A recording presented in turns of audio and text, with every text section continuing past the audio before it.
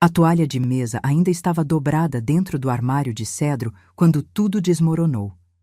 Aquela toalha que eu bordei durante 6 meses, ponto por ponto, com o labirinto alagoano que minha mãe me ensinou antes de morrer.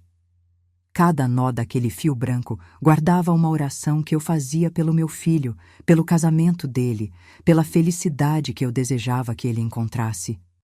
Naquela manhã de setembro de 2013, quando cheguei cedo demais para o almoço na casa de Severino, eu ainda não sabia que aquela mesma toalha ia testemunhar o dia em que meu coração de mãe se partiu em 1000 pedaços que eu ainda estou juntando até hoje.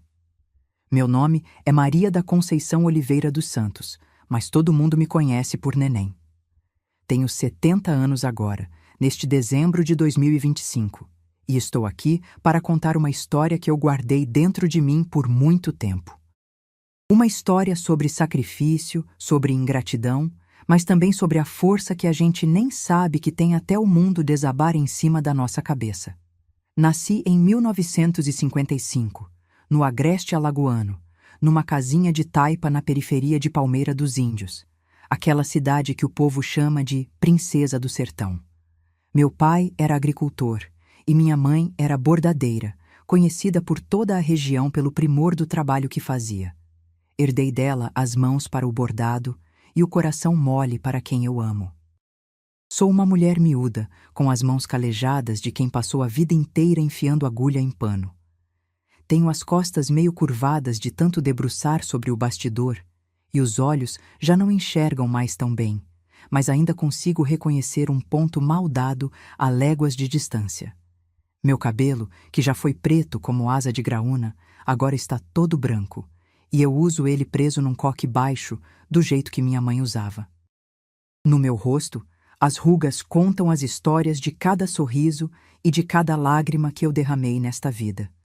E olhe, minha filha, foram muitas lágrimas. Fui costureira a vida inteira. Comecei a trabalhar com 12 anos, ajudando minha mãe nos bordados que ela vendia na feira. Depois que casei com José Antônio, meu finado marido que Deus tenha, continuei costurando e bordando para sustentar a casa enquanto ele trabalhava na roça e depois como pedreiro. Foram quase 40 anos acordando antes do sol nascer, dormindo depois da meia-noite, com os dedos cheios de furos de agulha e os olhos ardendo de cansaço. Tudo, absolutamente tudo, foi para dar uma vida melhor para os meus filhos. Principalmente para Severino, meu caçula, que nasceu com problema de saúde e precisou de cuidados especiais durante toda a infância. E sabe o que mais dói, minha querida? É lembrar de cada noite que eu passei em claro terminando um enxoval para entregar no dia seguinte, só para ter dinheiro para comprar o remédio do Bino. É lembrar das vezes que eu fiquei sem comer para ele comer, das roupas que eu nunca comprei para mim porque o dinheiro tinha que ir para a escola dele, para o material, para o uniforme. É lembrar que eu dei a minha juventude, a minha saúde, os meus sonhos, tudo, absolutamente tudo, para aquele menino crescer forte e ter oportunidade na vida. E ele cresceu. Formou-se contador, arranjou um emprego bom, casou com uma moça da cidade. E eu, besta que sou, achava que tinha cumprido minha missão. Achava que a vida ia me recompensar com um filho grato, com uma velhice tranquila, com o amor que eu plantei durante uma vida inteira. Mas a vida, minha filha, às vezes prega umas peças que a gente nem imagina. Antes de continuar essa história, eu queria fazer um pedido para você que está me ouvindo. Se inscreva no canal Emoção de Idade, deixe seu like aí e comenta de onde você está assistindo e que horas são. É muito importante para mim saber que tem gente me escutando, sabe? Porque guardar essa história dentro de mim por tantos anos foi pesado demais. E o canal Emoção de Idade me deu essa oportunidade de finalmente colocar para fora tudo o que eu vivi. Todo dia tem uma história nova aqui e quem sabe a próxima não seja parecida com a sua, não é mesmo? Pois bem, deixa eu voltar para aquela manhã de setembro de 2013. Eu tinha acabado de completar 58 anos e estava viúva havia 5 anos. Meu marido, José Antônio, tinha morrido em 2008 de um infarto fulminante, e desde então eu vivia sozinha na casa que a gente construiu tijolo por tijolo durante 20 anos. Uma casa simples, mas honesta, no bairro da Boa Vista, com um quintal cheio de fruteiras que meu marido plantou. Era nessa casa que eu criei meus 3 filhos. Josefa, a mais velha, que mora em Maceió, Antônio, o do meio, que foi trabalhar em São Paulo, e Severino, o caçula, que ficou em Palmeira dos Índios. Severino sempre foi o meu xodó. Eu não vou mentir. Talvez porque ele nasceu fraquinho, com problema no coração, e eu passei os primeiros anos da vida dele com medo de perdê-lo. Talvez porque ele era o que mais se parecia com o pai, com aquele jeito calado, meio fechado, mas que eu achava que era só timidez. Talvez porque eu era mais nova quando ele nasceu e tinha mais energia para dedicar a ele. Não sei explicar direito, mas o fato é que eu sempre fiz de tudo por aquele menino. E quando ele se casou com Joelma, há 15 anos antes daquele dia, eu achei que estava ganhando uma filha. Bordei aquela toalha de mesa com todo o amor do mundo, desejando que o casamento deles fosse tão forte quanto os pontos do labirinto que minha mãe me ensinou. Mas naquela manhã de setembro, quando o portão da casa de Severino rangeu e eu entrei no quintal, algo no ar me disse que as coisas não estavam bem.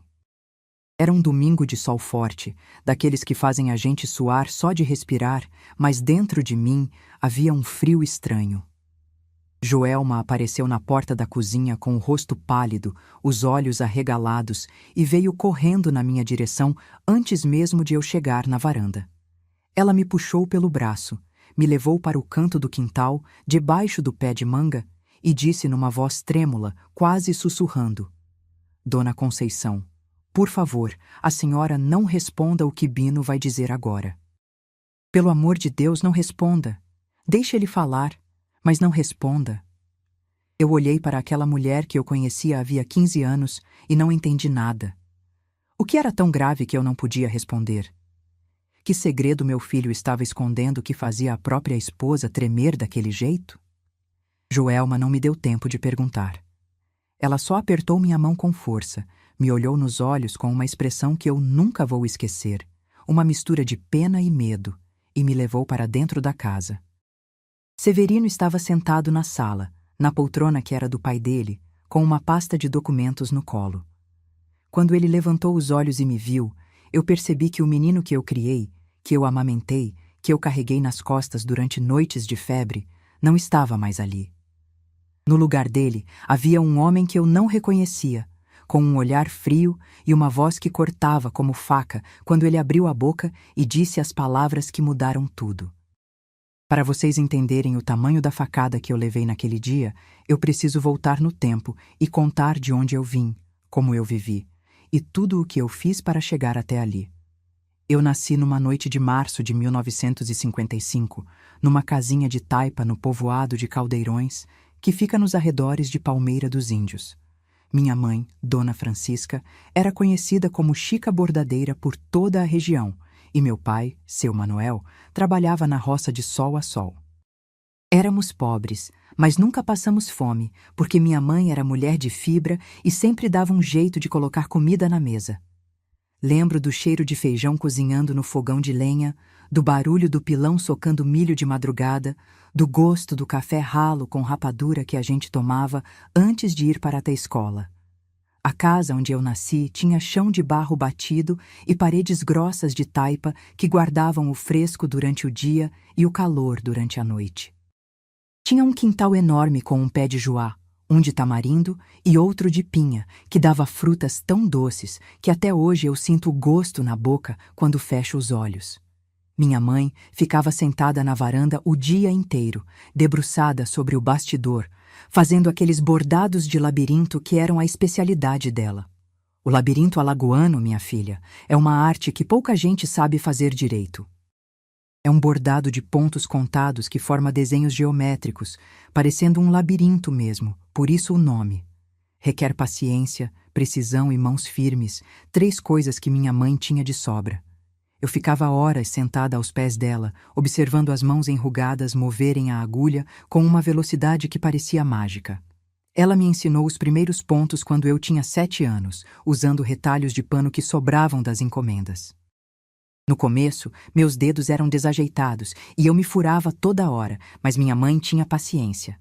Ela dizia: "Neném, Cada ponto que você dá é uma oração que sobe para o céu. Borda com amor que o bordado fica bonito.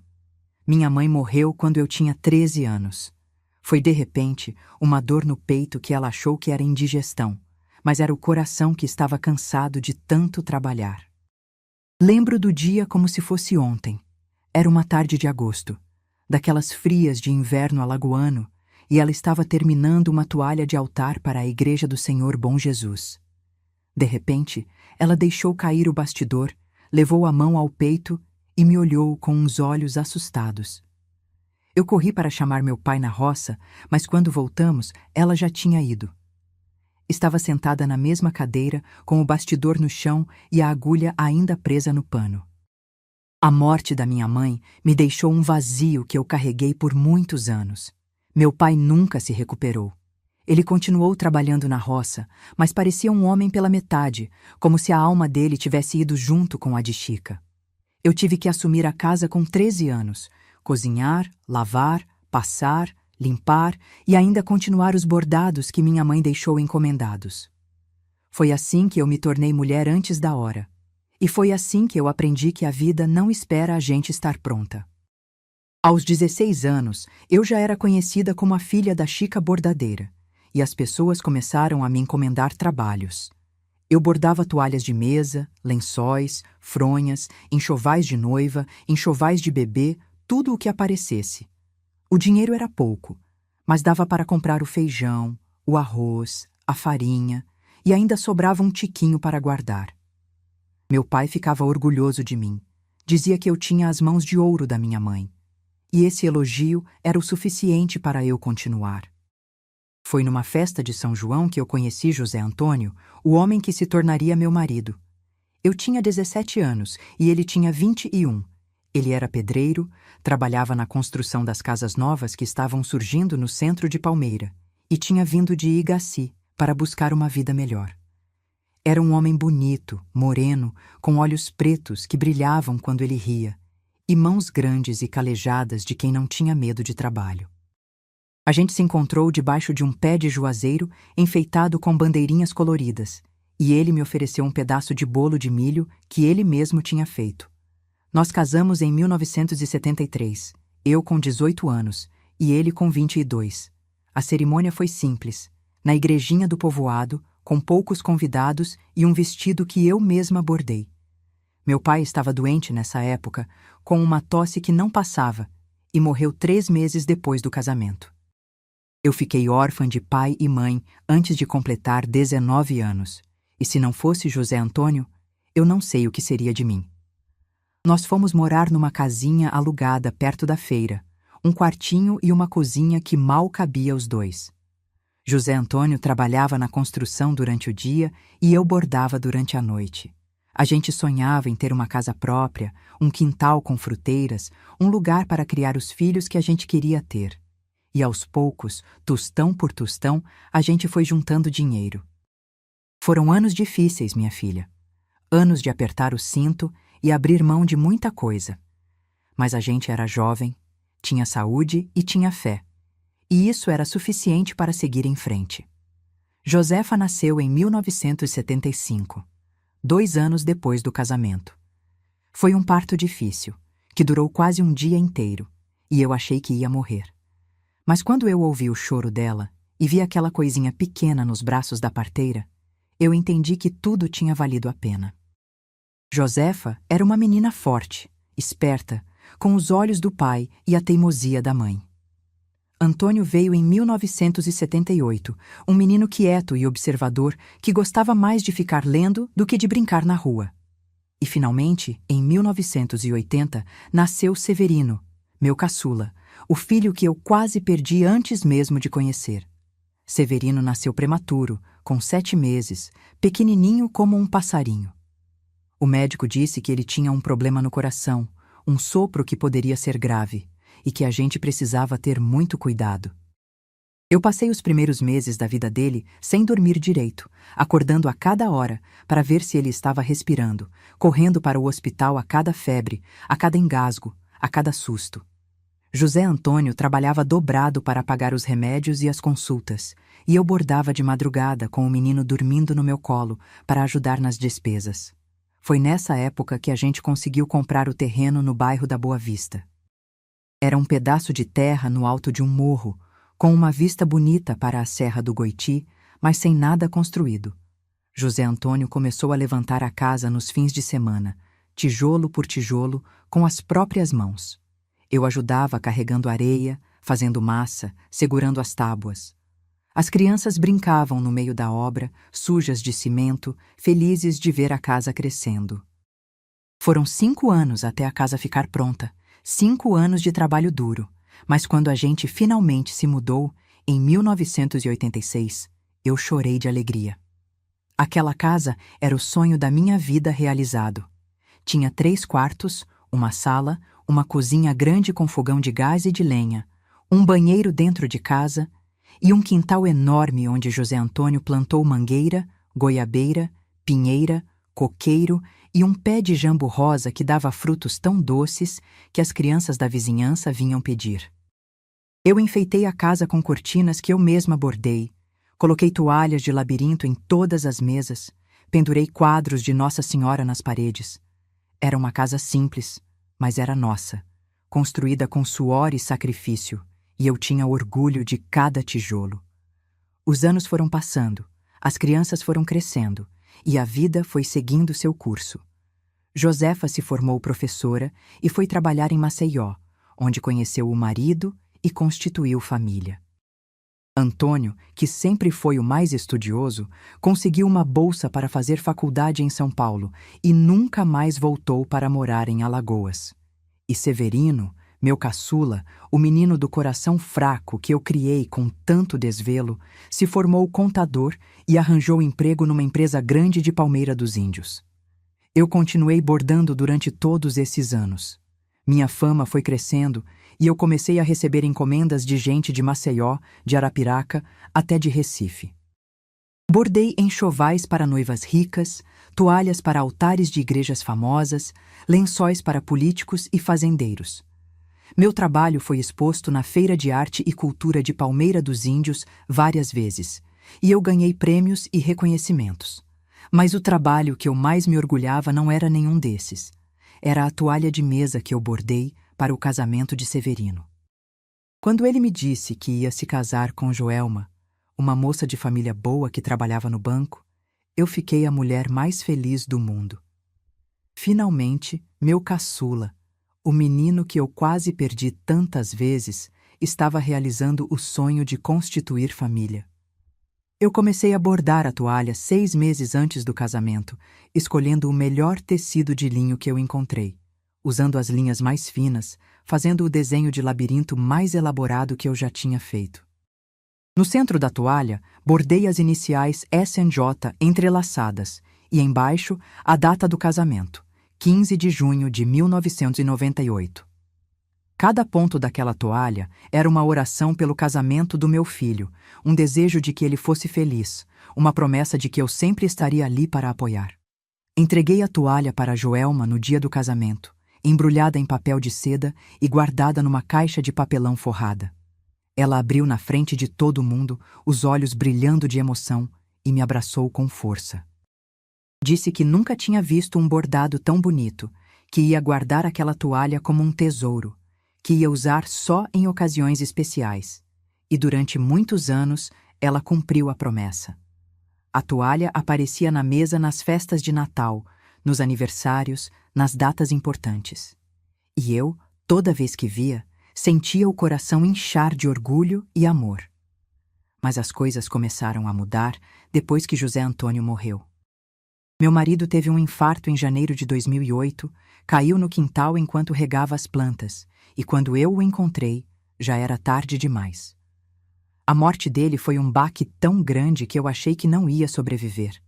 Foram meses de uma tristeza que me consumia por dentro, noites sem dormir, dias sem comer, uma vontade de ir embora junto com ele que me assustava. Mas aos poucos, com a ajuda dos filhos e da fé, eu fui me reerguendo. José Antônio deixou a casa para mim, com usufruto vitalício, e a propriedade para os 3 filhos dividirem quando eu morresse. Era o justo. Era o que a gente tinha combinado em vida e eu nunca questionei. Josefa e Antônio concordaram que eu devia continuar morando lá até o fim dos meus dias e nunca tocaram no assunto de vender ou dividir nada. Mas Severino, o meu caçula, o filho que eu mais protegi, começou a fazer perguntas estranhas. Ele queria saber se a casa estava no meu nome, se tinha escritura, se o inventário do pai tinha sido feito direito. Eu achava que era preocupação de contador, vontade de deixar tudo organizado, e respondia tudo sem desconfiar de nada. Ele também começou a vir me visitar mais vezes, mas as visitas eram diferentes de antes. Ele olhava para as paredes, media os cômodos, abria armários fingindo procurar alguma coisa. Joelma vinha junto, mas ficava calada, com uma expressão desconfortável que eu não entendia.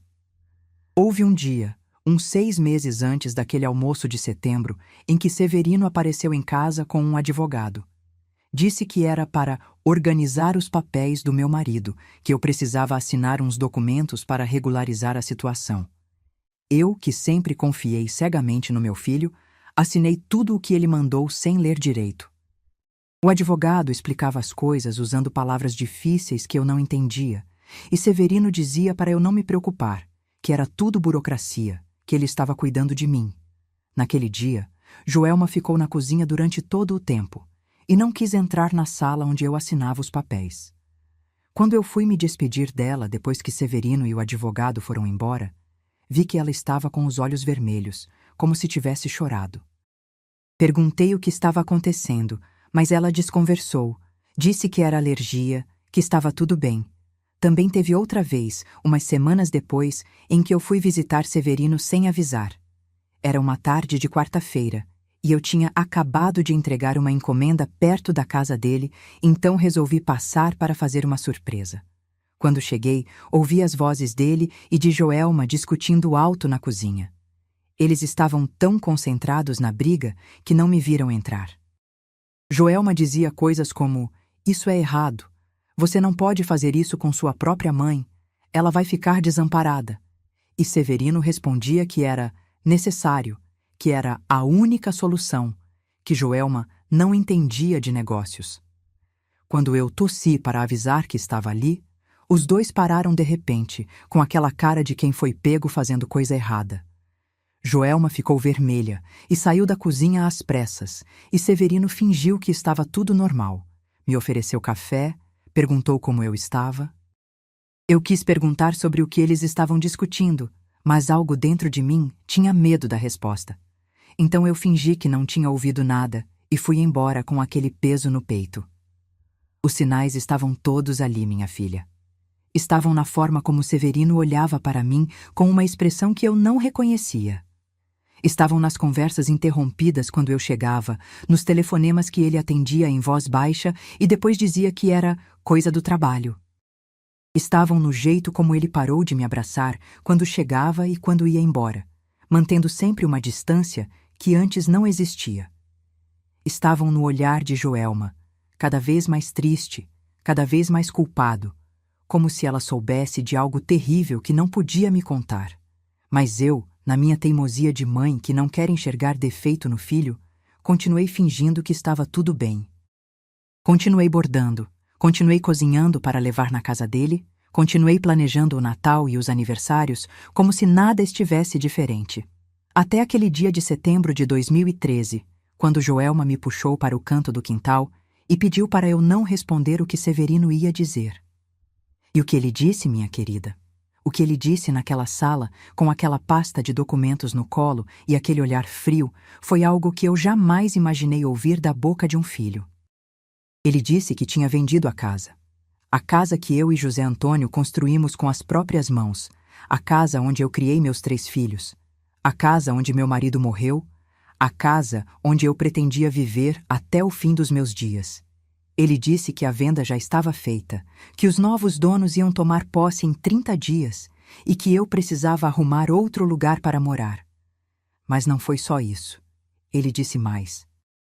Disse que já tinha pesquisado, que tinha encontrado um asilo muito bom em Arapiraca, que era o melhor para todo mundo.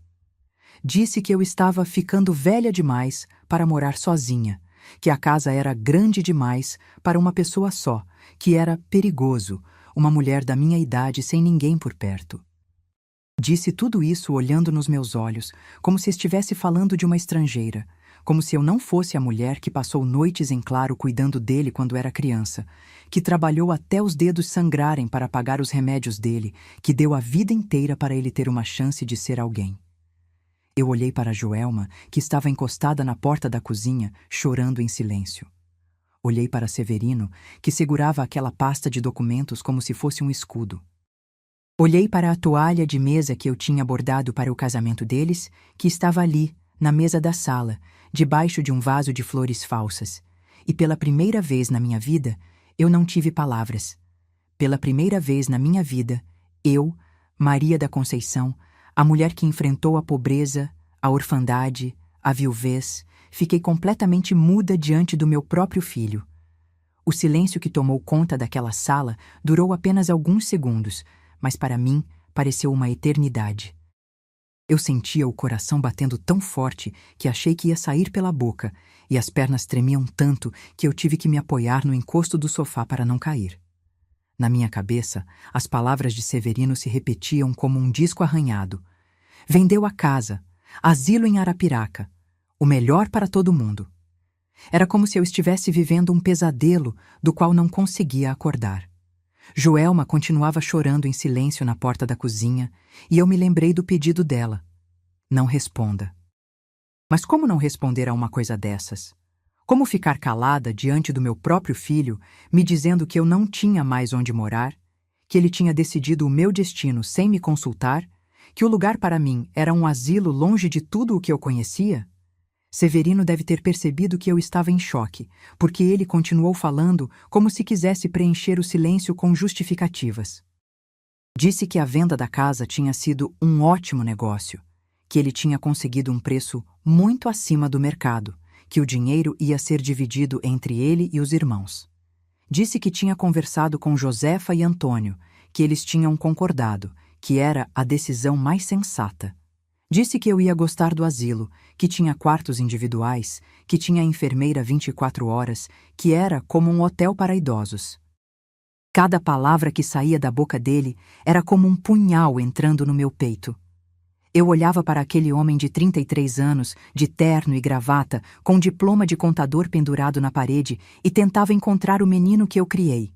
Tentava encontrar o Bino que corria para os meus braços quando tinha medo de trovão, que me pedia para cantar para ele dormir, que me abraçava no Dia das Mães e dizia que eu era a melhor mãe do mundo. Mas aquele menino tinha sumido, e no lugar dele estava um estranho que falava de mim como se eu fosse um móvel velho que precisava ser descartado. Eu abri a boca para falar, mas Joelma me interrompeu. Ela veio correndo da cozinha, enxugando as lágrimas com as costas da mão, e disse com uma voz trêmula: Bino, pelo amor de Deus, deixa sua mãe pelo menos sentar. Ela está pálida, parece que vai desmaiar. Severino olhou para mim como se só então percebesse o estado em que eu estava, e fez um gesto impaciente para eu me sentar no sofá. Eu sentei. Ou melhor, eu desabei. As pernas não me obedeciam mais, e o mundo girava ao meu redor como se eu estivesse no meio de um redemoinho. Joelma trouxe um copo de água que eu bebi em 3 goles, e o líquido gelado descendo pela garganta me ajudou a voltar um pouco para a realidade. Foi então que eu finalmente consegui falar. Severino, eu disse, e minha voz saiu rouca, como se eu não usasse ela havia anos. Severino, como assim você vendeu a casa? Aquela casa é minha, seu pai deixou ela para mim. Ele suspirou, daquele jeito impaciente que eu conhecia bem, o mesmo suspiro que ele dava quando era adolescente e eu o proibia de sair. Depois abriu a pasta de documentos que estava no colo dele e tirou um papel de lá. Era um documento cheio de palavras difíceis, com carimbos e assinaturas, e ele estendeu para mim como se aquilo explicasse tudo. A senhora assinou aqui, mãe, ele disse, apontando para uma assinatura no final da página. Lembra quando eu trouxe o advogado para organizar os papéis do pai?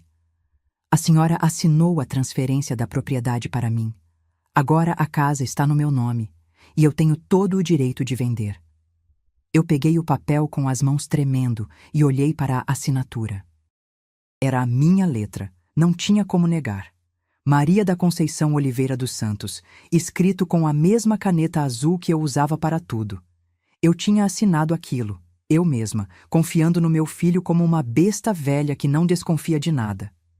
Eu não sabia o que estava assinando, eu disse, e minha voz agora era um fio. Você disse que era para organizar os papéis, você não disse que era para tomar a casa de mim. Eu não tomei nada de ninguém, Severino respondeu, e o tom de voz dele subiu. A casa era a herança do meu pai, e eu sou herdeiro tanto quanto a senhora. Eu só regularizei a situação. A senhora não tem condições de cuidar daquela casa sozinha, mãe. É grande demais, tem manutenção demais, é perigoso demais. Eu fiz o que era melhor para todo mundo. Melhor para quem, Severino?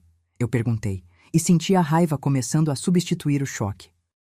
Melhor para você, que vai ficar com o dinheiro da venda? Melhor para você, que vai se livrar da mãe velha que dá trabalho? Porque para mim, meu filho, isso não é melhor de jeito nenhum. Ele ficou vermelho, daquele jeito que ficava quando era criança, e eu o pegava mentindo. Mas agora, ele não era mais criança, e a mentira era muito maior do que qualquer travessura de menino. Ele se levantou da poltrona, ajeitou a gravata como se estivesse se preparando para uma reunião de negócios, e disse com uma voz que tentava parecer calma, mas estava cheia de irritação. A senhora está sendo dramática, mãe. É assim que a senhora paga tudo o que eu fiz por ela. Eu cuidei de toda a burocracia do inventário. Eu paguei o advogado do meu bolso. Eu me preocupei em achar um lugar bom para a senhora morar. E a senhora me acusa de estar querendo me livrar? Eu estou tentando ajudar. Ajudar? Eu repeti, e agora eu tinha me levantado também. Você chama isso de ajudar? Vender a casa da sua mãe sem avisar, empurrar ela para um asilo, decidir a vida dela como se ela fosse uma criança sem juízo? Isso é ajudar, Severino? Isso é o que eu te ensinei? Joelma tentou se meter entre nós dois, pedindo calma, pedindo para a gente conversar direito. Mas nem eu nem Severino prestávamos atenção nela. Nós estávamos frente a frente, mãe e filho, separados por um abismo que eu nem sabia que existia. E foi nesse momento que Severino disse algo que eu nunca vou esquecer, algo que doeu mais do que tudo o resto. A senhora nunca me ensinei nada, mãe, ele disse, e a voz dele agora era fria como pedra. A senhora passou a vida inteira me sufocando, me controlando, querendo que eu fizesse tudo do jeito da senhora. A senhora se sacrificou tanto que fez questão de me lembrar disso a cada minuto da minha vida. Cada centavo que a senhora gastou comigo, cada noite que a senhora passou acordada, a senhora me jogava na cara como se eu tivesse uma dívida impagável. E agora, a senhora quer que eu me sinta culpado por finalmente tomar as rédeas da minha própria vida? Eu fiquei parada, olhando para ele, sem conseguir acreditar no que estava ouvindo. Aquelas palavras não podiam estar saindo da boca do meu filho. Aquelas acusações não podiam ser dirigidas a mim, a mulher que tinha dado tudo, absolutamente tudo, para ele ter uma chance na vida. Mas estavam, e a expressão no rosto de Severino dizia que ele acreditava em cada uma delas. Eu nunca joguei nada na sua cara, eu disse, e minha voz estava falhando. Eu fiz o que qualquer mãe faz pelos filhos. Eu fiz por amor, Severino, não para cobrar depois. A senhora pode até acreditar nisso, ele respondeu. Mas o peso que eu carreguei a vida inteira de ser o filho que quase morreu, o filho que custou caro, o filho que precisou de mais cuidado, esse peso a senhora não sabe o que é. E agora eu estou me libertando. A casa está vendida, a senhora vai para o asilo e acabou a história. É assim que vai ser, mãe. A senhora querendo ou não. Ele pegou a pasta de documentos, virou as costas e saiu da sala, deixando eu e Joelma ali, no meio daquela guerra que eu não tinha escolhido travar. Joelma veio até mim, me abraçou, pediu desculpas chorando no meu ombro. Disse que tinha tentado dissuadir ele, que tinha discutido, brigado, ameaçado até sair de casa, mas que Severino estava obcecado com aquela ideia e não ouvia mais ninguém. Ele não é mais o homem com quem eu casei, Dona Conceição, ela disse entre soluços. Alguma coisa mudou nele depois que seu tuinho morreu. É como se ele tivesse virado outra pessoa. Uma pessoa fria, calculista, que só pensa em dinheiro. Eu tentei, juro que tentei, mas ele não me escuta mais. Eu fiquei ali, abraçada à minha nora, sentindo as lágrimas dela molharem meu vestido de domingo. E por mais que eu estivesse destruída por dentro, uma parte de mim sentia pena dela também.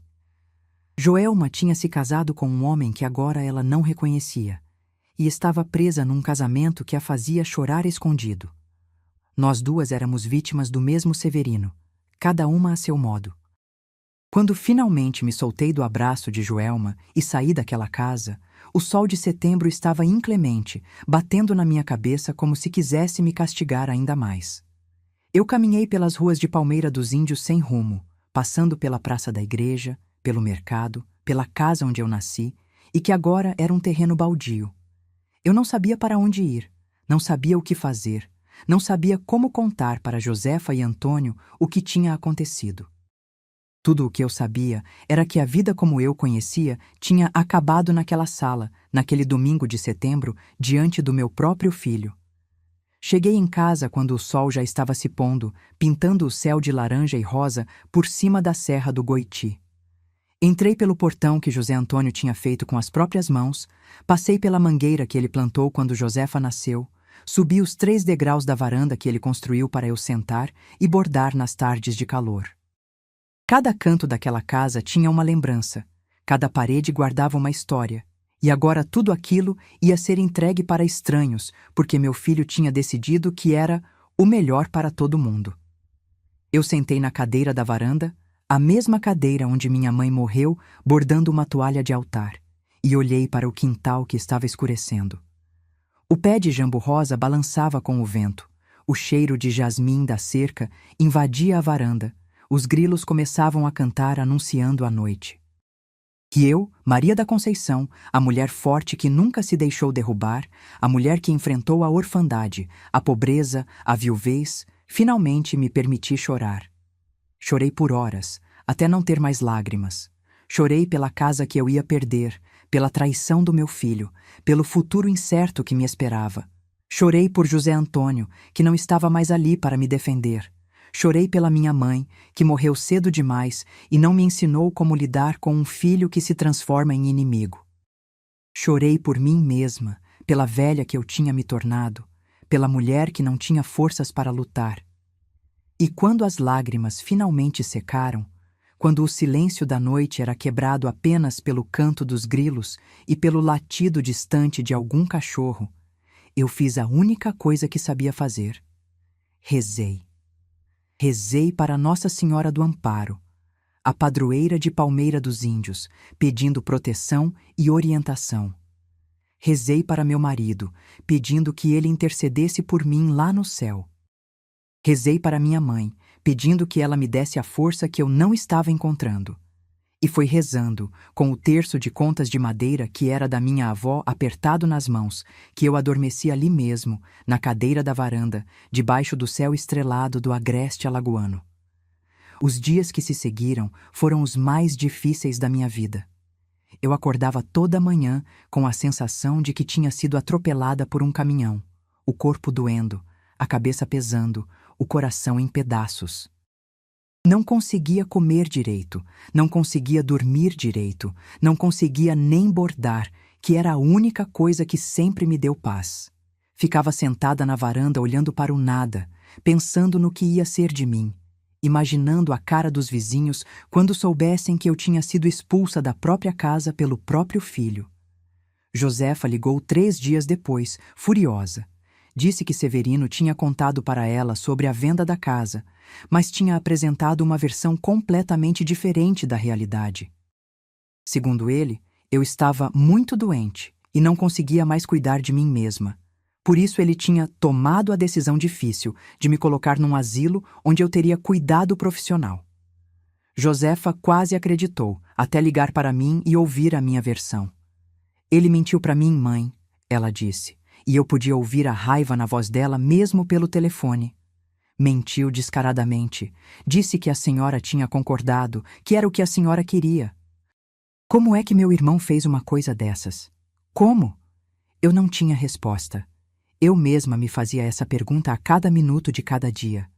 Como o menino que eu criei com tanto amor tinha se transformado naquele homem capaz de enganar a própria mãe?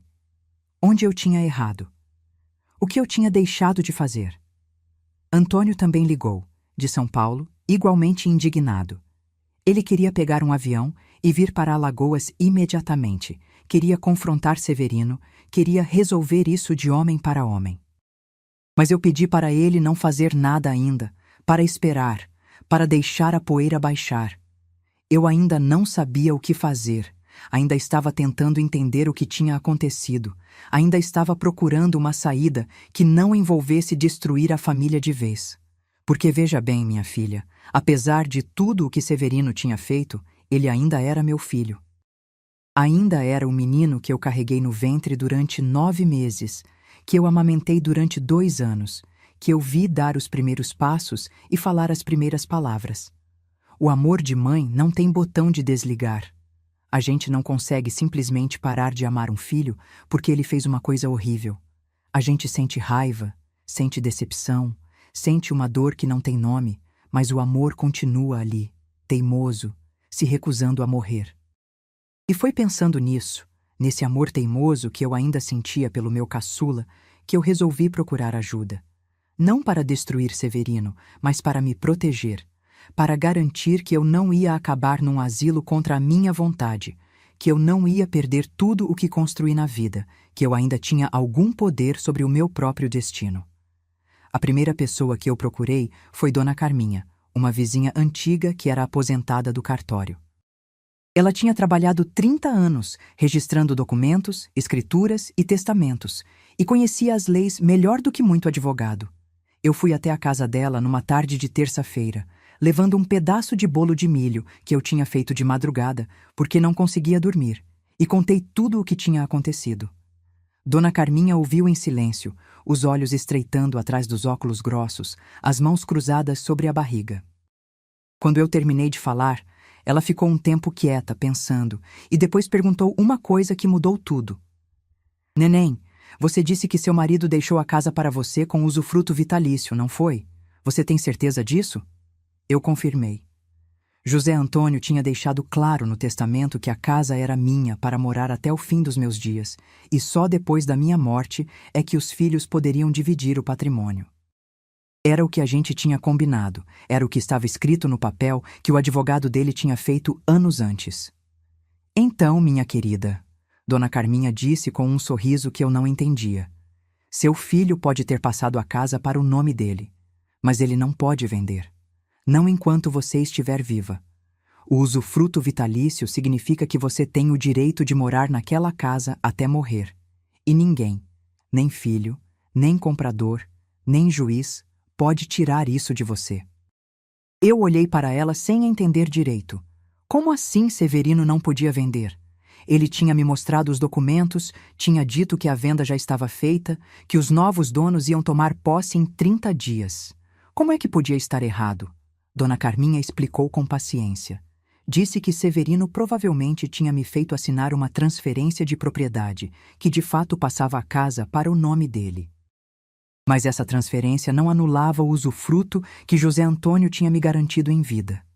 O usufruto era um direito meu, registrado em cartório, e não podia ser transferido nem vendido sem a minha autorização expressa. Severino podia até ter vendido a propriedade nua, mas não podia vender o meu direito de morar ali. O comprador pode até ter comprado, ela disse, mas vai ter uma surpresa bem grande quando descobrir que a casa vem com uma inquilina que não pode ser despejada. Isso, se o advogado dele for minimamente competente e já não tiver percebido o problema. Eu senti uma centelha de esperança acender dentro de mim, uma centelha pequena, mas insistente. Então, eu não estava completamente desamparada. Então, eu tinha direitos que meu próprio filho tinha tentado me esconder. Então, talvez, só talvez, eu pudesse lutar. Dona Carminha me indicou um advogado jovem que estava começando a carreira, um rapaz chamado Dr. Fábio, que era neto de uma amiga dela.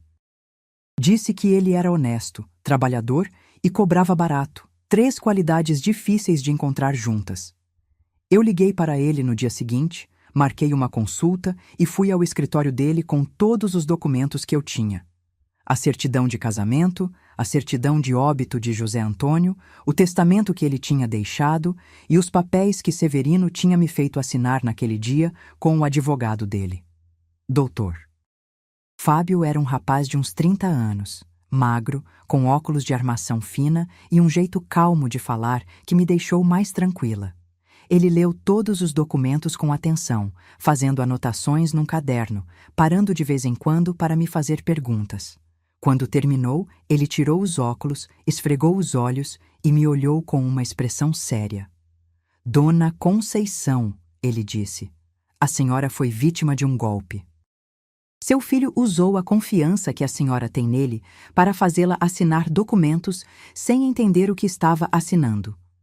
Isso, no direito, tem um nome. É chamado de vício de consentimento.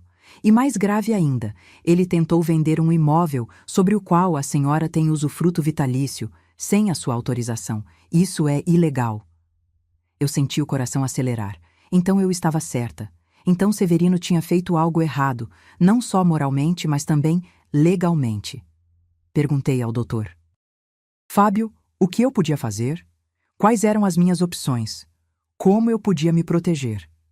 Ele explicou que eu tinha algumas alternativas. A primeira era entrar com uma ação judicial para anular a transferência de propriedade, alegando que eu tinha assinado sem entender o que estava assinando. Isso poderia levar anos e custar caro, mas tinha boas chances de sucesso. A segunda era entrar com uma ação para garantir o meu direito de usufruto, impedindo que os supostos compradores tomassem posse da casa. Isso seria mais rápido e mais barato. A terceira era tentar uma negociação extrajudicial com Severino, oferecendo a ele a chance de desfazer o negócio antes que a coisa fosse parar na justiça. Eu pensei nas 3 opções durante alguns dias. Parte de mim queria ir para a guerra, queria processar Severino, queria que ele pagasse por tudo o que tinha feito. Mas outra parte de mim, a parte de mãe, ainda tinha a esperança de que ele fosse se arrepender, que ele fosse perceber o erro, que a gente pudesse resolver isso sem destruir a família de vez. Foi então que algo inesperado aconteceu. Joelma apareceu na minha casa numa noite de quinta-feira, sozinha, com uma expressão determinada que eu nunca tinha visto nela. Ela disse que precisava conversar comigo, que tinha informações importantes, que não aguentava mais ficar calada. Nós nos sentamos na varanda, eu e minha nora, debaixo do céu estrelado de Palmeira dos Índios. Ela acendeu um cigarro com as mãos tremendo, deu uma tragada longa e começou a falar. Dona Conceição, eu vou contar uma coisa que vai doer, mas a senhora precisa saber, ela disse. Severino está com problemas sérios. Ele se meteu em negócios arriscados, fez investimentos que deram errado, pegou dinheiro emprestado com gente perigosa. Ele está devendo muito, Dona Conceição. Muito mesmo. E a venda dessa casa era para pagar as dívidas dele. Eu senti o sangue gelar nas veias. Então era isso. Então, meu filho não tinha me traído por maldade gratuita, mas por desespero. Ele estava afundado em dívidas e tinha visto na casa da mãe a salvação para os problemas dele. Isso não justificava o que ele tinha feito, mas pelo menos explicava. Joelma continuou. Disse que as dívidas tinham começado há uns 3 anos, quando Severino resolveu investir em criptomoedas. No começo deu certo, ele ganhou dinheiro, ficou empolgado, investiu mais. Mas depois o mercado caiu, ele perdeu tudo o que tinha investido e, em vez de parar, resolveu pegar empréstimo para tentar recuperar. Foi de mal a pior. Agora ele devia quase R$200 mil para bancos, financeiras e agiotas. Os agiotas são o pior, Dona Conceição, Joelma disse, e a voz dela estava tremendo. Eles ameaçaram ele, ameaçaram eu, ameaçaram até as crianças. Por isso ele estava tão desesperado para vender a casa. Ele achava que com o dinheiro da venda ia quitar tudo e recomeçar. Eu fiquei em silêncio, processando aquela informação. Meu filho estava atolado em dívidas, ameaçado por agiotas, E a solução que ele encontrou foi roubar a casa da própria mãe. Era triste, era patético, era desesperador, mas ainda assim era errado. Por que você está me contando isso, Joelma? Eu perguntei. O que você quer que eu faça? Ela apagou o cigarro no cinzeiro que estava na mesa da varanda e me olhou nos olhos. Eu quero que a senhora se proteja, Dona Conceição. Eu quero que a senhora não perca a sua casa por causa dos erros do meu marido. E eu quero que a senhora saiba que eu não concordo com nada disso, que eu tentei impedir, que eu fiz de tudo, mas ele não me ouve mais. Ela se levantou, abriu a bolsa e tirou de dentro um envelope pardo. Estendeu para mim com uma expressão de quem estava fazendo algo muito difícil. Aqui dentro tem cópias de todos os documentos, ela disse. Todas as transferências que ele fez a senhora assinar, todos os contratos de venda, todas as comunicações com o comprador. E tem também gravações de conversas dele com o advogado, planejando como fazer a senhora assinar sem entender. Eu gravei escondido porque eu sabia que um dia ia precisar provar que não fui cúmplice disso. Eu peguei o envelope com as mãos tremendo. Aquilo era uma bomba. Aquilo era a prova de que Severino tinha agido de má fé, de que tinha me enganado deliberadamente, de que tinha planejado tudo friamente. Com aquelas provas, eu podia destruir meu filho judicialmente. Podia mandá-lo para a cadeia, talvez. Podia acabar com a vida dele do mesmo jeito que ele tinha tentado acabar com a minha.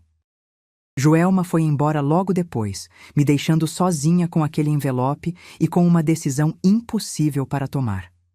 Eu passei a noite inteira acordada, olhando para o envelope em cima da mesa da cozinha, como se ele fosse uma cobra venenosa. O que eu ia fazer com aquilo? Entregar para o advogado e deixar a justiça resolver? Confrontar Severino e dar a ele uma chance de consertar as coisas? Guardar numa gaveta e fingir que não existia? Na manhã seguinte, eu tomei uma decisão. Peguei o envelope, coloquei na bolsa e fui até a casa de Severino. Não avisei que estava indo, não liguei antes, simplesmente apareci. Quando ele abriu a porta e me viu ali, o rosto dele ficou pálido como papel. "Mãe", ele disse, e a voz dele era de quem tinha visto um fantasma. "O que a senhora está fazendo aqui?"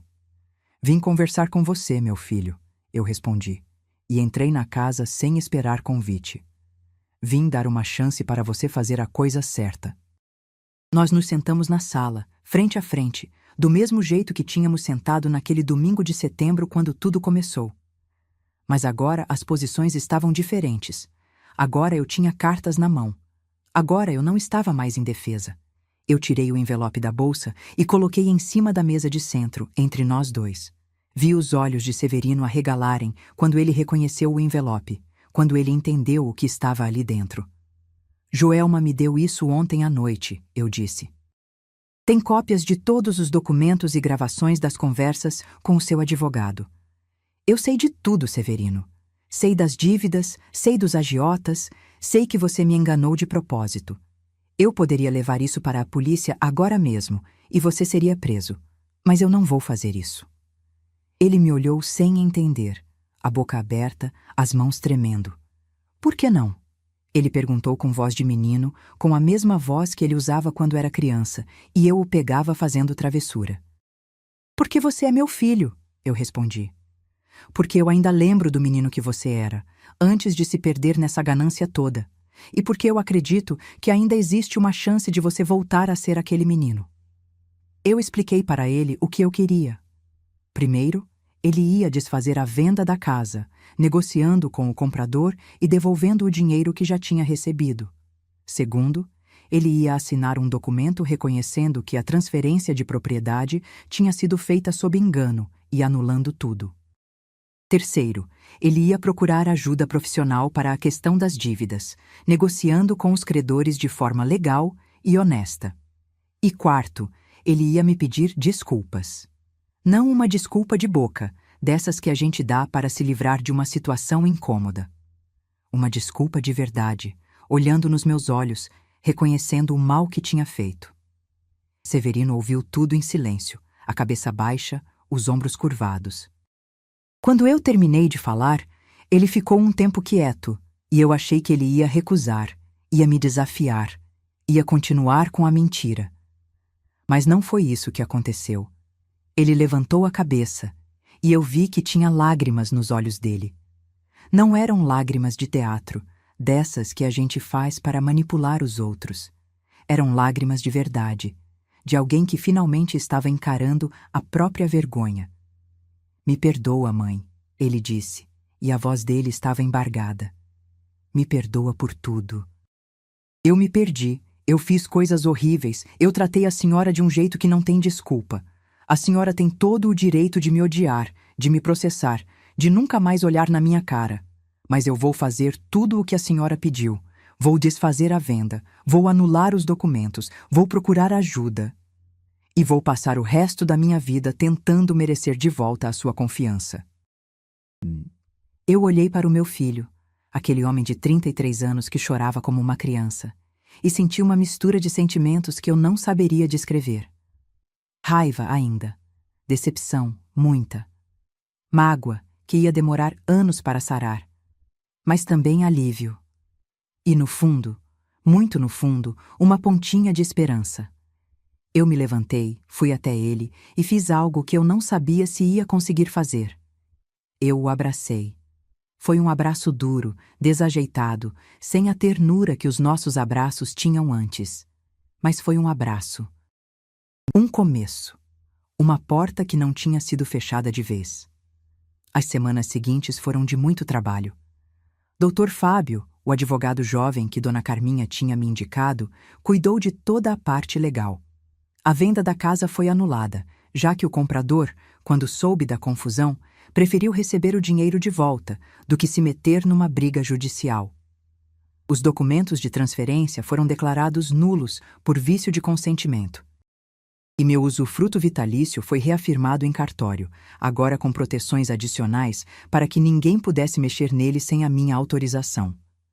Severino cumpriu a palavra. Ele negociou as dívidas com os bancos e financeiras, conseguindo parcelamentos mais longos e juros mais baixos. Os agiotas foram mais difíceis, mas com a ajuda de um policial amigo de Joelma, foram convencidos a aceitar um acordo. Ele vendeu o carro, vendeu alguns móveis, cortou gastos e começou a pagar o que devia tostão por tostão. Josefa e Antônio vieram para Alagoas quando souberam de tudo. Houve uma reunião de família na minha casa, sentados na varanda onde tudo tinha começado, e as coisas foram ditas às claras. Severino pediu perdão aos irmãos também, reconhecendo que tinha mentido para eles, que tinha manipulado a situação. Josefa chorou, Antônio gritou, houve momentos de tensão que eu achei que iam explodir em briga. Mas no final, depois de horas de conversa, a família conseguiu chegar a um entendimento. Não foi fácil, minha filha. Não foi rápido. A confiança que eu tinha em Severino, construída durante 33 anos, tinha sido destruída em um único dia, e reconstruir levou muito mais tempo. Durante meses, eu olhava para ele e via o homem que tinha tentado me roubar, não o filho que eu criei. Durante meses, cada abraço era desconfortável, cada conversa era tensa, cada visita era carregada de não ditos. Mas aos poucos, devagar, as coisas foram melhorando. Severino começou a me visitar toda semana, não para pedir nada, não para falar de negócios, só para conversar. Ele trazia frutas da feira, ajudava no quintal, consertava coisas que estavam quebradas na casa. E a cada visita, eu via um pouco menos do homem frio que tinha tentado me mandar para o asilo, e um pouco mais do menino que eu criei. Joelma foi fundamental nesse processo. Ela, que tinha arriscado o próprio casamento para me ajudar, se tornou minha aliada e minha amiga. Nós passamos a nos ver com frequência, tomar café juntas, conversar sobre a vida. Ela me contava como Severino estava mudando em casa também, como ele estava mais presente, mais carinhoso, mais parecido com o homem por quem ela tinha se apaixonado anos atrás. E a toalha de mesa, aquela toalha que eu bordei para o casamento deles, voltou para o seu lugar de honra na mesa da sala da casa de Severino. Joelma me contou que tinha guardado a toalha durante toda aquela crise, escondido num armário, porque não conseguia olhar para ela sem chorar. Mas agora a toalha estava de volta, como um símbolo de que as coisas estavam se reconstruindo, ponto por ponto, do mesmo jeito que eu tinha bordado aqueles labirintos tantos anos atrás. Já se passaram 12 anos desde aquele setembro de 2013 que quase me destruiu. 12 anos que parecem uma vida inteira quando eu olho para trás e vejo tudo o que aconteceu, tudo o que mudou, tudo o que eu aprendi. Estou aqui agora, neste dezembro de 2025, sentada na mesma varanda onde chorei tantas noites, olhando para o mesmo quintal que meu marido plantou, vivendo na mesma casa que meu filho tentou me tirar. E sabe o que eu sinto, minha filha? Sinto gratidão. Parece loucura dizer isso depois de tudo o que contei, mas é a verdade. Eu sou grata porque aquela crise me ensinou coisas que eu nunca teria aprendido de outra forma. Me ensinou que amor de mãe não significa aceitar tudo calada. Me ensinou que confiar não significa ser ingênua. Me ensinou que perdoar não significa esquecer, mas escolher seguir em frente, mesmo carregando as cicatrizes. E me ensinou, acima de tudo, que eu sou mais forte do que jamais imaginei ser. Durante muitos anos da minha vida, eu me defini pelo que eu fazia pelos outros. Eu era a mãe que se sacrificava, a esposa que apoiava, a bordadeira que trabalhava de sol a sol para sustentar a família. Eu achava que o meu valor estava no quanto eu dava, no quanto eu abria mão, no quanto eu colocava as necessidades dos outros na frente das minhas. E sabe o que acontece quando a gente vive assim, minha querida? A gente esquece que também tem necessidades. A gente esquece que também merece cuidado. A gente esquece que também é gente. Quando Severino disse aquelas palavras cruéis na sala da casa dele, quando ele me acusou de ter passado a vida jogando na cara dele tudo o que eu tinha feito, uma parte de mim ficou com raiva. Mas outra parte, uma parte que eu não queria admitir, ficou pensando se não tinha um grão de verdade naquilo. Será que eu, sem perceber, tinha transformado meu amor em peso? Será que eu, querendo ser a mãe perfeita, tinha sufocado meu filho com expectativas que ele não conseguia carregar? Será que o meu sacrifício, que eu achava tão nobre, tinha criado uma dívida que ele sentia obrigado a pagar? Eu pensei muito nisso durante esses 12 anos. Pensei nas vezes em que eu contava e recontava as noites sem dormir, os dedos furados, as oportunidades perdidas. Pensei nas vezes em que eu comparava minha dedicação com a de outras mães, sempre me colocando como a mais sacrificada. Pensei nas vezes em que eu esperava gratidão em troca do meu amor, como se amor fosse um negócio com débito e crédito. E eu cheguei a uma conclusão, minha filha, que pode parecer dura, mas é a verdade. Eu não fui uma mãe perfeita. Ninguém é. Eu fiz o melhor que pude com o que eu tinha e com o que eu sabia, mas isso não significa que eu não errei. Eu amei demais, protegi demais, me anulei demais. E ao fazer isso, talvez eu tenha ensinado aos meus filhos que amor significa se sacrificar até não sobrar nada, que o valor de uma pessoa está no quanto ela dá, que receber é menos nobre do que dar. Severino aprendeu essa lição ao contrário. Ele viu a mãe se sacrificando a vida inteira e decidiu que não queria aquilo para ele. Decidiu que ia pegar em vez de dar, que ia colocar as próprias necessidades na frente das dos outros, que ia sobreviver a qualquer custo. Ele foi para o extremo oposto e, no caminho, se perdeu. Mas a semente daquele comportamento, eu tenho que admitir, pode ter sido plantada por mim. Isso não justifica o que ele fez, veja bem. Cada pessoa é responsável pelas próprias escolhas, e Severino escolheu me enganar, me roubar, me trair. Ele era um homem adulto, com capacidade de distinguir certo de errado e optou pelo errado. A culpa pelo que ele fez é dele e de mais ninguém. Mas entender de onde veio a raiz do problema me ajudou a perdoar. Me ajudou a ver meu filho não como um monstro, mas como um ser humano falho que se perdeu no caminho e precisava de ajuda para encontrar a volta. O perdão não veio de uma vez, como um raio que cai do céu. Veio devagar, aos pouquinhos, em doses homeopáticas que eu tomava todo dia. Cada vez que Severino aparecia na minha porta com um saco de frutas da feira, era uma dose. Cada vez que ele consertava uma torneira pingando ou podava a mangueira do quintal, era outra dose.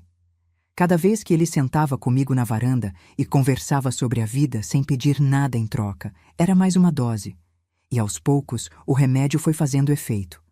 Hoje, 12 anos depois, eu posso dizer que perdoei meu filho. Não esqueci o que ele fez, não finjo que não aconteceu, não varri para debaixo do tapete. Mas perdoei. Tirei o peso das costas, soltei a amargura que estava me envenenando, escolhi olhar para a frente em vez de ficar remoendo o passado. E fazer isso, minha querida, foi a coisa mais libertadora que eu já fiz na vida. A relação entre eu e Severino hoje é diferente do que era antes da crise. Não é melhor nem pior, é diferente. Antes, era uma relação de mãe superprotetora e filho dependente. Agora, é uma relação de duas pessoas adultas que se respeitam, que estabelecem limites, que se amam sem se sufocar.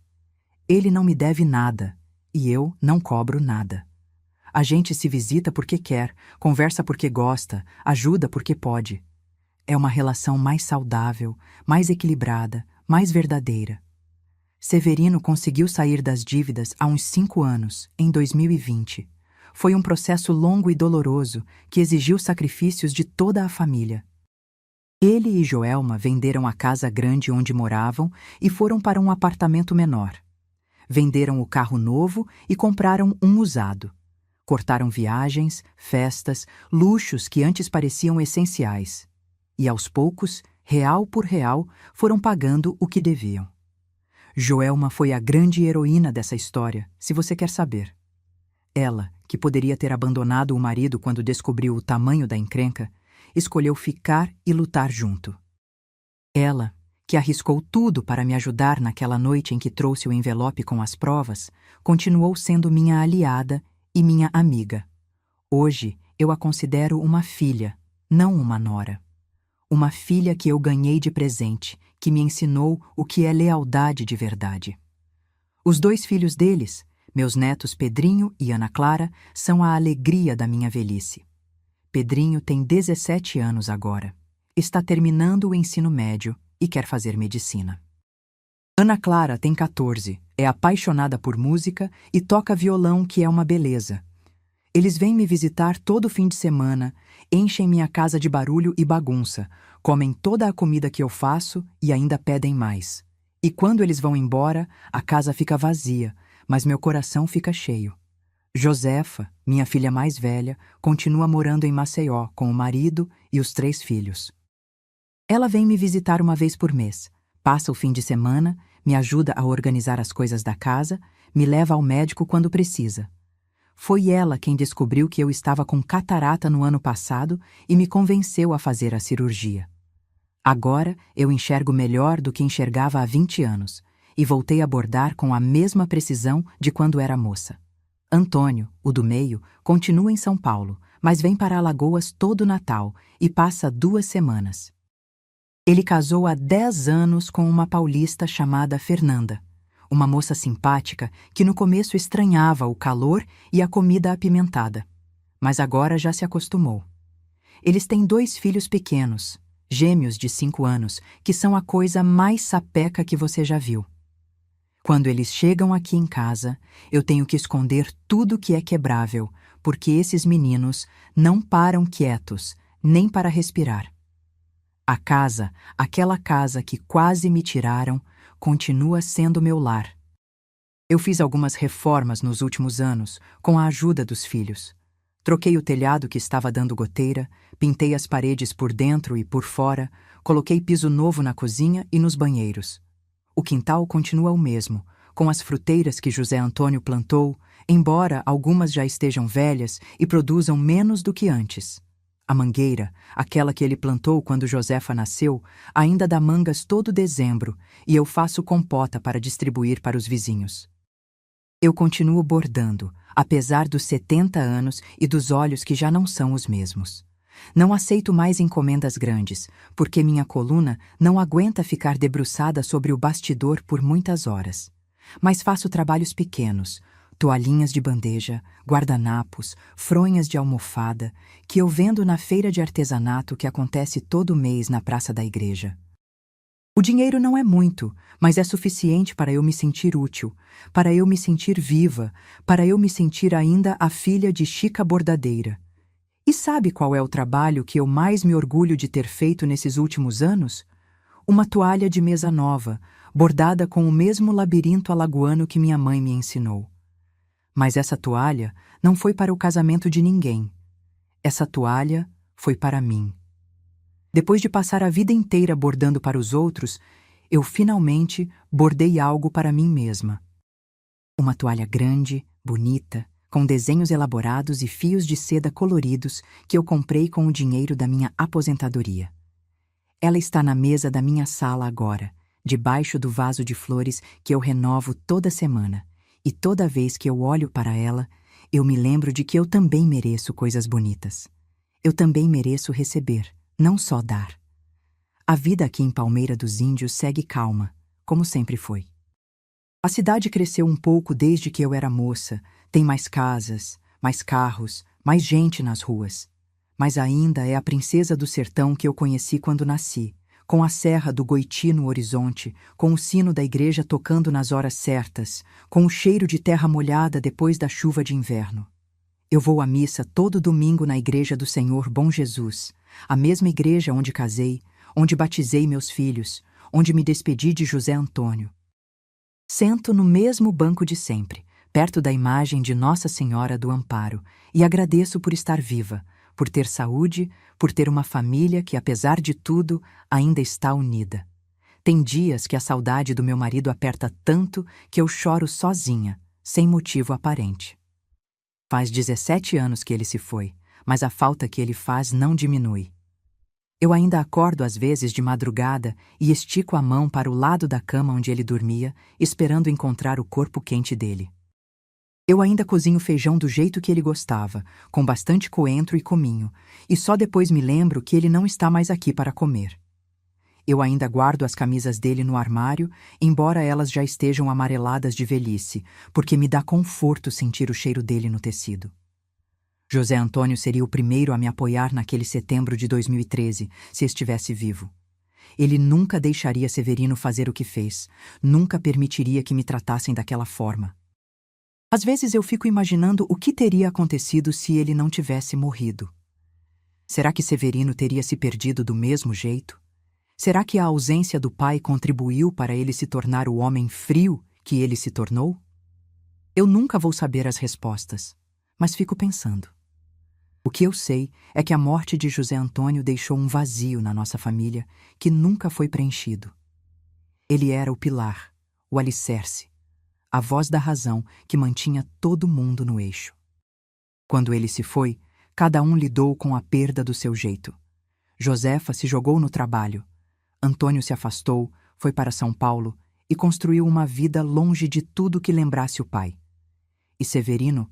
Bem, Severino se perdeu em buscas vazias de dinheiro e status, tentando preencher o buraco que o pai deixou com coisas que nunca poderiam preenchê-lo. Mas a gente sobreviveu. A gente se adaptou. A gente aprendeu a viver sem ele, mesmo que doa todo dia. E isso, minha querida, é o que a vida exige da gente. Que a gente continue, mesmo quando parece impossível. Que a gente levante de manhã, coloque os pés no chão e enfrente mais um dia, mesmo quando o coração está em pedaços. Que a gente encontre motivos para sorrir, para agradecer, para ter esperança, mesmo quando o mundo conspira para nos derrubar.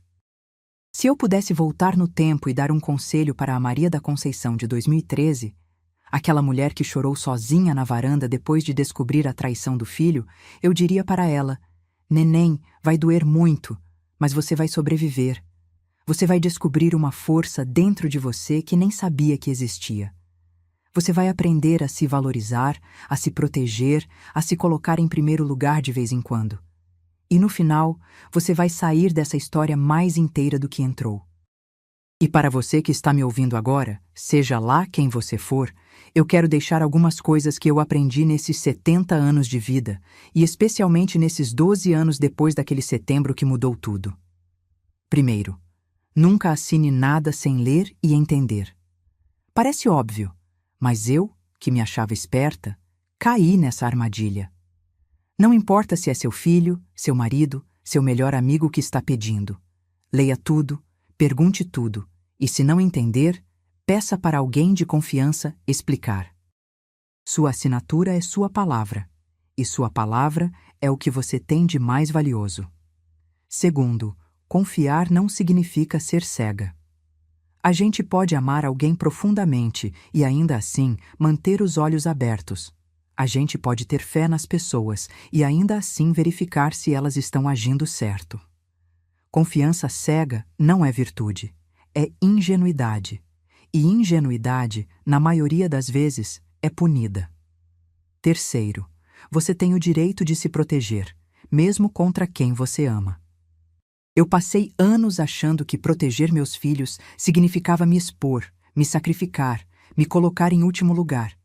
Mas proteger os outros não pode significar se destruir. Se alguém que você ama está te machucando, você tem não só o direito, mas o dever de se defender. Isso não é egoísmo, é sobrevivência. Quarto, perdoar não significa esquecer, e não significa permitir que façam de novo. Eu perdoei Severino, mas estabeleci limites claros. Eu o amo, mas não deixo mais ele tomar decisões por mim. Eu o recebo na minha casa, mas nunca mais assino papel nenhum que ele me traga. Perdão com limites é perdão saudável. Perdão sem limites é porta aberta para mais sofrimento. E quinto, o mais importante de todos, você merece ser tratada com dignidade. Não importa a sua idade, a sua condição financeira, a sua dependência de outros. Você é um ser humano, com história, com sentimentos, com direitos. Ninguém, nem filho, nem marido, nem patrão, nem governo, ninguém tem o direito de te tratar como se você fosse menos do que isso. E se alguém tentar, levante a cabeça, endureça o coração e lute. Lute com unhas e dentes pela sua dignidade, porque ela é a única coisa que ninguém pode tirar de você se você não deixar. Foi a dignidade que me salvou naquele setembro de 2013. Foi a dignidade que me fez procurar ajuda em vez de aceitar calada o que queriam fazer comigo. Foi a dignidade que me deu forças para confrontar meu próprio filho, para exigir meus direitos, para reconstruir minha vida. E é a dignidade que me mantém de pé até hoje, aos 70 anos, morando na minha casa, cercada pela minha família, contando minha história para quem quiser ouvir. A toalha de mesa que eu bordei para o casamento de Severino ainda existe. Joelma a guarda com carinho, usa nas ocasiões especiais e todo Natal ela coloca na mesa da ceia para eu ver. Os pontos de labirinto que eu dei há quase 30 anos continuam firmes. As iniciais SNJ continuam entrelaçadas. A data de 15 de junho de 1998 continua bordada no linho branco. Aquela toalha atravessou tempestades, quase foi perdida, mas sobreviveu. Assim como eu. Assim como minha família.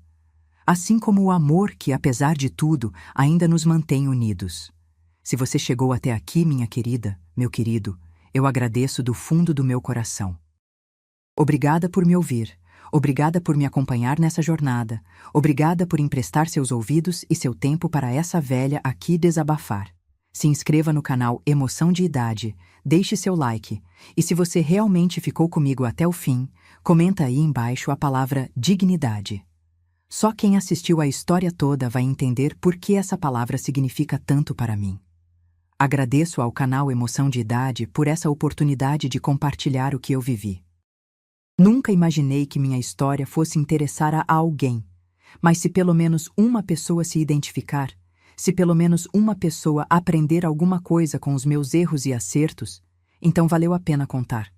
Quem sabe a próxima história não seja ainda mais parecida com a sua? A vida é cheia de surpresas, minha filha, umas boas, umas ruins, e a gente nunca sabe o que vem pela frente. Mas uma coisa eu posso garantir: enquanto você tiver dignidade, enquanto você se valorizar, enquanto você não abaixar a cabeça para ninguém, você vai conseguir enfrentar o que vier. Um abraço bem apertado dessa velha aqui de Palmeira dos Índios. Que Nossa Senhora do Amparo proteja você e sua família, hoje e sempre. E lembre, você merece ser feliz. Você merece ser respeitada. Você merece viver com dignidade. Até a próxima, se Deus quiser.